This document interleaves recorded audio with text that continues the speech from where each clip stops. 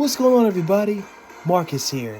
I want to talk about the Falcon and Winter Soldier. Now, I've been really wanting to talk about this for a minute anyway, because I know I've talked about various Marvel shows and characters on my channel, and I was actually going to get around to talking about the Falcon and Winter Soldier anyway, because it's one of my favorite Marvel TV shows on Disney+. So it's definitely one of my top favorites for sure. The story is incredible, and the plots is awesome too, and the cast is amazing as well.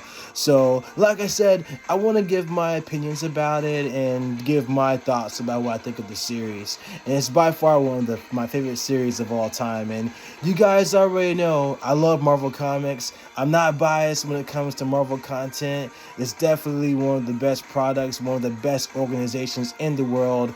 Love Marvel Comics. I grew up on it, as you guys already know, so I know a lot about it, especially when it comes to comic book materials, and I have so many favorite characters too. So, but yeah, basically, the Falcon and Winter Soldier is definitely unique when it comes to the issues that they tackle with, especially when it comes to real life sources. Now, if you think about it like this, think about the X-Men, for example. Like, during 1963, when the comic series first came out, it was also during the height of the civil rights movement. So you think about it like this, mutants were trying to fit into the same place as humans, and then during that particular time, you also have African Americans that wanted to fit in the same way as their Caucasian brethren. So there's basically the dichotomy when it comes to just those two races coming together. And so that's practically what Stan Lee and Jack Kirby had wanted when they wanted to create a series, because they wanted to tackle just real life issues and put it into comic book material to educate the masses. So that's the only reasons why I love series like that. And it's kind of like what they were doing with the Falcon and Winter Soldier, just basically just tackling issues as far as like just dealing with morals or dealing with betrayal, dealing with like anger issues and psychological warfare, and just how you be able to handle it when someone passes the mantle to you at the same time too. So basically, Falcon and Winter Soldier takes place 6 months after the events of Avengers Endgame. And during the scene when Steve Rogers came back from the quantum realm to return the Infinity Stones, he came back as an elderly man, and he decided to pass his shield to Sam Wilson, who was next in line to become Captain America. So Steve wanted Sam to be the next Captain America, and it seemed as though Sam was willing to accept the mantle, especially with the way he was looking after when he accepted the shield, and then when he told Steve he was going to do the best he can to represent Captain America. Then fast forward 6 months later, his whole countenance changed, like his whole demeanor has changed. It seemed as though he was doubting himself as far as like, would he be next in line for Captain America? So he was debating about whether if he should just take the shield and get it confiscated, or basically destroy the shield if necessary. But James Rhodes was telling Sam that the world is broken and they need more heroes. So there's got to be some heroes that needs protecting, and they have to protect the people. And so he reunites with Bucky Barnes. Basically, there's an issue going on. There's a new threat that's taking place in this series. So the Flag Smashers are basically a terrorist organization that wants to take over society in particular. So, but basically the group is led by Carly Montague, and she's pretty much one of the head leaders of the Flag Smashers. So she technically she's not really a bad guy per se, but it's mostly misguided in particular though. So, but they also chosen, or should I say the government actually chose a new Captain America in the form of John Walker. Now, I've actually been a John Walker, I want to say I guess I'm a fan of his. Yeah, I love John Walker. What I'm talking about. Yeah, let's put it that way. John Walker's cool in his own way, but he's not really my top favorite like Steve Rogers, Captain America. But he's cool in a sense, though. But I'll put it this way. I'm glad they actually brought that story to Falcon and Winter Soldier, though. So it's definitely really cool they actually brought the storyline in. So John Walker is the new Captain America. So in the comics, he actually first appeared as Super Patriot. So he was definitely one of the main villains at first. He appeared as Super Patriot in Captain America issue 323 in the late 80s. And it wasn't until in issue 333 in Captain America where John Walker actually took on the role as Captain America. So the reason why Steve Rogers stepped down as Captain America is because the government felt that at the time that they wanted a new leader or a new mantle, that someone to take on the mantle as Captain America. So they felt that Steve Rogers outlived his usefulness. And then Steve didn't want to be involved in the political agenda that they were doing, so they decided to just step away from Steve being Captain America and gave the mantle to John Walker. Now, no one actually had no idea that Red Skull was working behind the scenes to try to take over and to try to at least take down Steve Rogers anyway. And on top of that, he was actually in the clone body of Steve Rogers. So that was kind of like a big reveal right there. Like, this is basically the Johann Schmidt Red Skull. So there's been many other Red Skulls that have taken over the mantle of Red Skull, but Johann Schmidt is the OG, the original Red Skull. And I'll talk about Red Skull in my next video when I do a video about all the Marvel villains and villains in particular. Right? Talk about the villain origins and stuff. So I'll get to talk about that in the next video. But basically, John Walker is the new Captain America. It didn't really set well with some of the people. I mean, some people accepted it, but Bucky actually wasn't too happy about that either, though, as far as like his acceptance of being Captain America. He didn't actually trust Walker. As a matter of fact, if you look at the next 6 episodes, Bucky actually thought that John Walker was a ticking time bomb, in which case he definitely was, because the further down the line he was going, as far as his moral compass goes, the further and further he was getting away from the ideas of what Captain America stood for. And so he was asking Sam, like, why didn't he accept Steve's offer to be Captain America? And Sam was just basically like, he didn't want it. He was hesitant at first, even though deep down he didn't want to admit to his core that he didn't want to fill in the shoes that Steve was giving him for. So, but anyway, they eventually meet with Isaiah Bradley, who was also another, I would say he was like a failed test subject for the super soldier formula. And he was actually one of the next in lines for the super soldiers to become the next Captain America. Isaiah Bradley is in the comics as well, and he does become Captain America through his time. But in the MCU, he was cast aside and he was kind of bitter about it. And he was basically talking about everything that was coming from his experience, especially during the Civil Rights Movement, how society would look at, the black man as being far less than. Even though black people have actually done a lot for this country, more than they did give them credit for. So they tackled issues on this, which is actually my favorite too. Because think about it like this. Black people came to this country, they built the White House. So, it's like a free reign right there. So, I mean, I educate myself when it comes to stuff like this anyway. So, it's like, I definitely try to educate the people and educate the masses to always read before you start listening to other sources and not to become like, getting tarnished, But anyway, Isaiah Bradley eventually will come around, especially when, Sam Wilson starts becoming Captain America, and I'll get to that in a few minutes. But you also have other characters that will come around as well. Sharon Carter returns. She actually was revealed to be the power broker.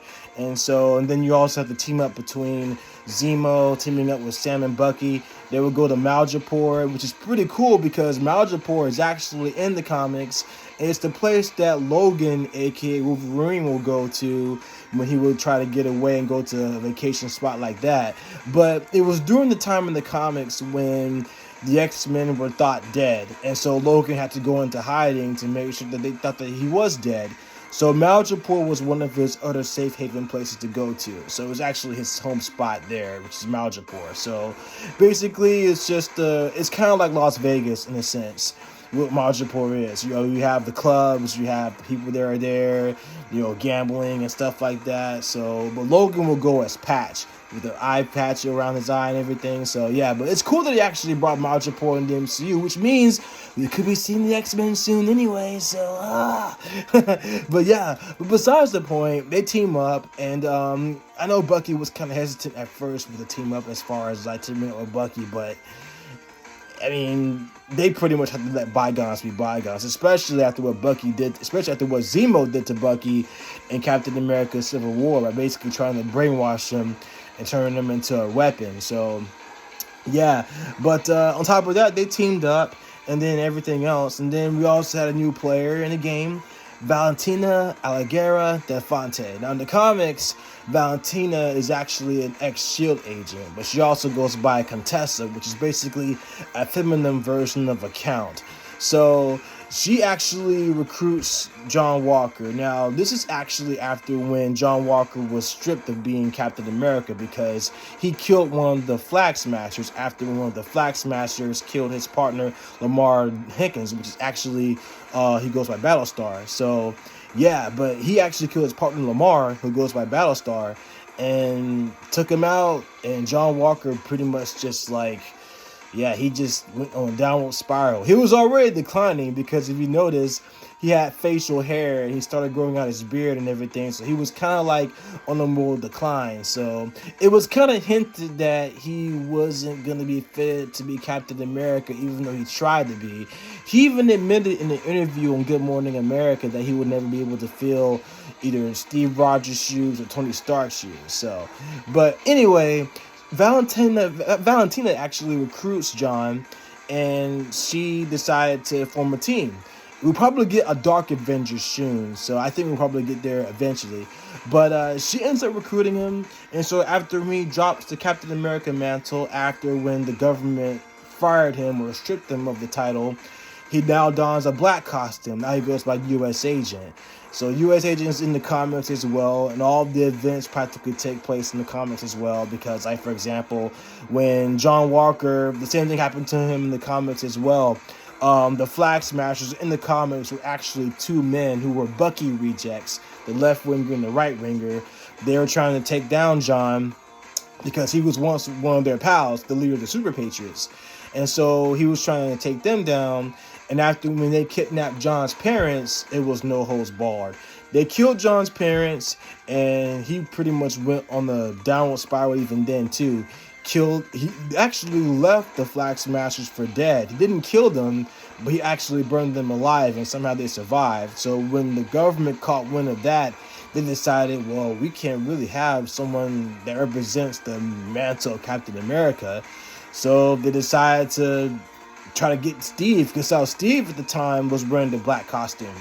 But they were pretty much fighting each other. So you had Steve Rogers versus John Walker fighting each other for the mantle of Captain America. So eventually he would pretty much get the mantle of Captain America back in the comics, and Steve reclaimed his role as the true Captain America. So yeah, can't touch Steve, not at all. I got the costume too, which I'll talk about in a second, but I got the Captain America costume too. So, but anyway, by the end of the episode, Sam embraces his role as Captain America, and he stops the Flag Smashers. Unfortunately, he took down Carly as well, and Carly became more of like a sympathetic villain. And like I said, she had her reasons and morals, even though she went about it the wrong way. She basically was misguided, and so Sam basically tried to calm her, but he ends up taking her out anyway, though. But anyway, Sam is the new Captain America, and as a matter of fact, all's well that ends well. Bucky and Sam are they're still boys, they're still partners despite their differences, but they're still bros. They're boys. So, but Sam is the new Captain America. Isaiah Bradley actually accepted it as well, just telling him by the end of the episode that the fight wasn't going to be easy. And Sam says he knows, and he's willing to take on the responsibilities, even if he's going to get killed for it. So that's the thing. But yeah, so there's going to be a fourth Captain America film that's in the works right now. And as a matter of fact, I got the shield right here. So Captain America all day. So I got the shield. Now all I have to do is get a Sam Wilson costume that's going to go right next to my Captain America costume that I usually keep in my backpack. So that's definitely going to go great too. So yeah, I'm a soldier. I'm a patriot. I practically bleed red, white, and blue. So it's all about the people. Power to the people. So that's what it's all about. So patriot to the core. But like I said, it's a great series. I definitely will go back and rewatch it again because I definitely love the aspects of it and where they were going to. I even saw the behind the scenes of how they actually made the Falcon and Winter Soldier, and basically listening to the cast and how they actually were going about it too, though. So as far as like the issues that they were tackling, as far as like, will they practically, during this day and time where pretty much everybody's more accepting of everybody, but are you willing to be a leader and stand your ground no matter what comes your way? So it's basically what Captain America represents. And I love the character. I mean, as you guys can see, I wear this shirt practically most of the time. I got patriotic colors. I even have a patriotic tie too. So, but I'll wear it in my next video and show it to you guys. But yeah, the more of the story is you're able to stand your ground and go to the next level no matter what comes your way. So, and you definitely want to be an example for so many lost souls that are looking for a hero to be a positive influence on their lives. And so it's the same concept with that too, though. So, would you be a hero in your community? Big or small, do something. So stand your ground and represent. So, but there was a lot of Easter eggs too, as far as like in Falcon and Winter Soldier, like it usually is in most superhero comic book movies. There's always Easter eggs and everything. So you always look out for that. And then even if you look at some of the plaque that was in the Captain America Memorial Hallway, they listed some of the people that were wiped out from the blip that were there too. So, but most of the names, which is hilarious, most of the names are actually cast members that were working behind the scenes, like production crew members that were working behind the scenes of the series though. So it's actually pretty cool. But Sam Wilson, Bucky Barnes, those are my boys. I mean, they do a really great job. Sebastian Shaw is a great actor when it comes to playing the Winter Soldier. Then you also had Anthony Mackie, so as Sam Wilson. So yeah, those guys are my boys. So they're really cool. But one of my favorite series of all time. I definitely love it. I'm looking forward to the Captain America 4th movie. I'm looking forward for that too. So whenever they're finishing with the movie, we'll probably see a trailer down the road too. So I'm looking forward to seeing that. So, but what do you guys think? You guys enjoy Falcon and the Winter Soldier? I know you guys have already seen it, but if you're not, let me know. Comment down below. Let me know what you guys think. Like this video. Share this video. Subscribe to my channel. Spread the word. Be patriotic, Support your boy and support this country. Support everyone, man. We're all one nation. One nation under God, indivisible, with liberty and final justice for all. I'll see you guys in the next one.